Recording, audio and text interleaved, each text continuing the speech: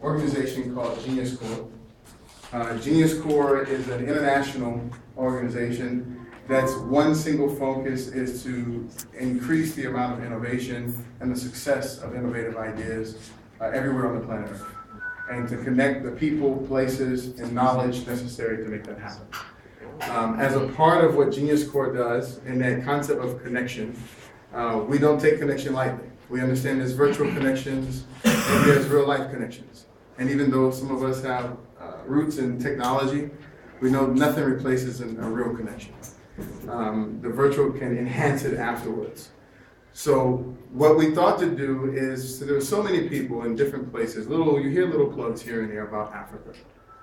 And we know over the last 2 years, 3 years, there's been a kind of rush for co-working spaces, incubators, accelerators in out the country of Africa.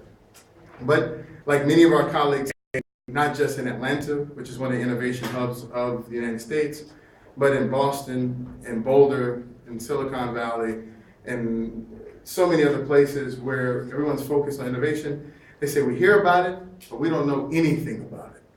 We don't know what it looks like, we don't know what it smells like. We see some pictures, but the internet is limited in giving us a good view and a good feeling of the heartbeat that's actually there and what's driving this burst of new ideas and new spaces coming into it. So I'm a very bold person. I do very bold things. I figure the only way to excite people to action is to literally excite them. And to excite people, you have to do something that's out of the ordinary. So when we decided to come to Africa, it would have been enough to just say, we're coming to Senegal, we're going to go meet Kareem C, and we're going to go to Jokkolabs, and then we're going to go home. But instead I said, no, that won't get people excited enough. Let's do the whole continent, from west to east, north to south.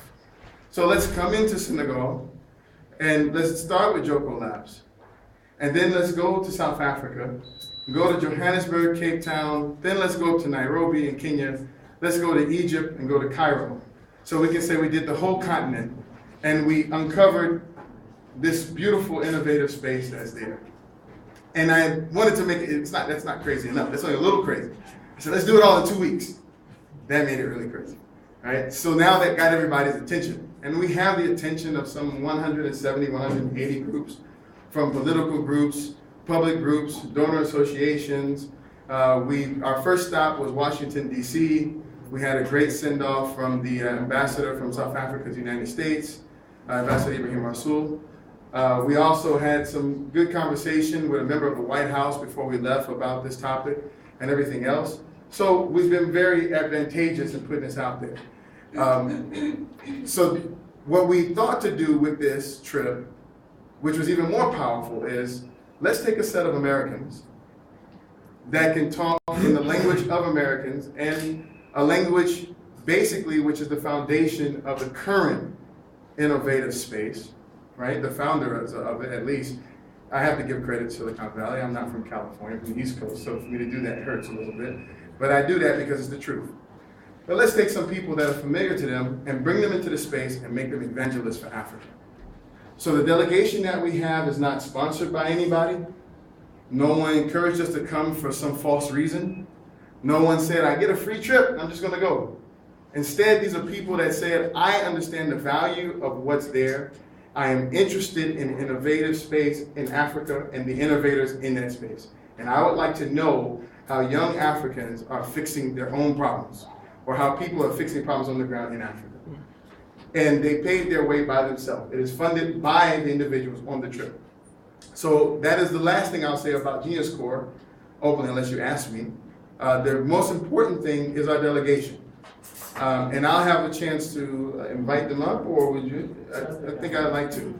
So I'll just tell you who they are, and then I'll invite them up to explain themselves. I'll give you their names, and they can explain themselves. So first, in our trip, and our age range is good.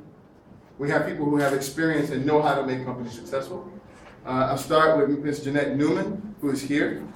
Then we also have Aliyah Elamin, Kwame, Something Pong, right? So Kwame's father is from Ghana, and I try to make sure I don't slaughter any African names. So if I do, there's a little space in the back of my head right here. You can smack it on the way out if I slaughter your name. Then we also have Veda Nobles. We have Majid Nobles, who's acting as our cameraman. And we have Hanif Khalil. Oh, there he goes, right there in the back as well. And nobody is mentioned better or worse from mentioning first to last. But I'll let them each tell just a little bit about themselves and about the businesses that they represent and why they're on this trip and what they intend to achieve. If nothing else, before I get down, I want to make sure I state this. Our organization is focused on connections. We are trying to be one of the biggest connectors of this space in the world. And that means that we will work vigorously to do that.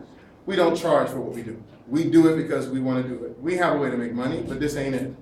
Okay, essentially what we want to do is take anyone in this room who needs existential connections in any space, and just like Kareem C is a connector now for us in Senegal, we know a lot of other Kareem C's in a lot of other places. And we trust quickly, and we connect vigorously as well. And I'd like to make that statement. And with that, I'd like to invite Aliyah Alamin to kind of tell a little bit about herself and what she does as well.